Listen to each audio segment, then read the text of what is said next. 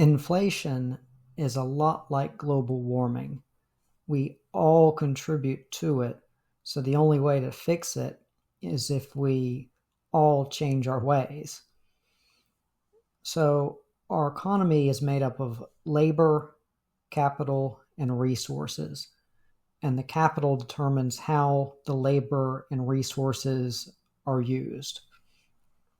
So you have essential and non-essential goods and services. Food, essential. Cruise ships, non-essential.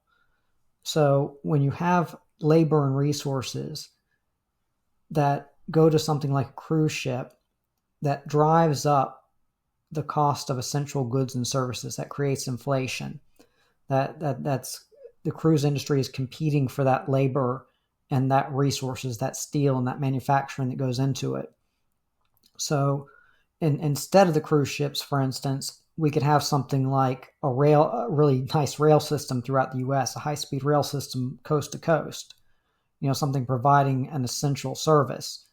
But instead, our free market economy is taking those labor and resources and putting them to something very non-essential and wasteful, the cruise ship. Now, this is really pervasive throughout our economy. Something even as simple as video game systems and video games. A lot of labor, resource, and development goes into designing and manufacturing those systems and games.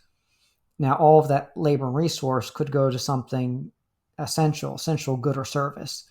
These people could be working in the hospital industry. They could be making robotic farms, lowering the cost of groceries. But no, they're making these luxury items, these video games. So it drives up the cost of inflation for basic goods and services. So any luxury item like that, any yachts, really fancy cars, mansions, anything that goes against, basic simplicity drives up the inflationary cost for everyone because you're competing for the labor and the resources that everybody else needs for basic goods. To build these super yachts and these private jets takes a lot of people and a lot of resources. So there's so many examples here. Stadiums, these ginormous stadiums, even these series of concerts. All the labor and resources that go into it, it's all non-essential things. So that's why we're seeing a lot of inflation in our economy, is because there's so much competition for labor and resources for these luxury goods and services, these concerts, these stadiums, these billion-dollar movies, the movie industry. It's all inflationary. And then when we talk about jobs, some people think that any job is a good job. So, for instance, some people say, we should hire a bunch of people to make weapons and war machines, and these are really high-paying jobs. No, it causes inflation because you're taking these workers, these high-skilled workers, out of the labor market and all these resources out of the market. You're driving up the cost for these things. So it's not good. It creates inflation. Yeah, these people are getting good, high-paying jobs, but what they're doing isn't contributing to things we need, basic needs. So the more of this misallocation of labor and resources we see in our economy, it's real pervasive.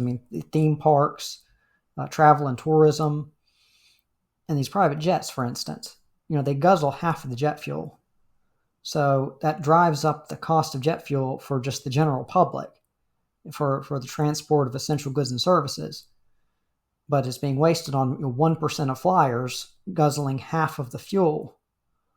So if we want to get inflation under control, we really have to focus on eliminating these luxury and non-essential goods and services, because they benefit a small group of people, or everybody likes entertainment and movies, but hey, there's a cost to it.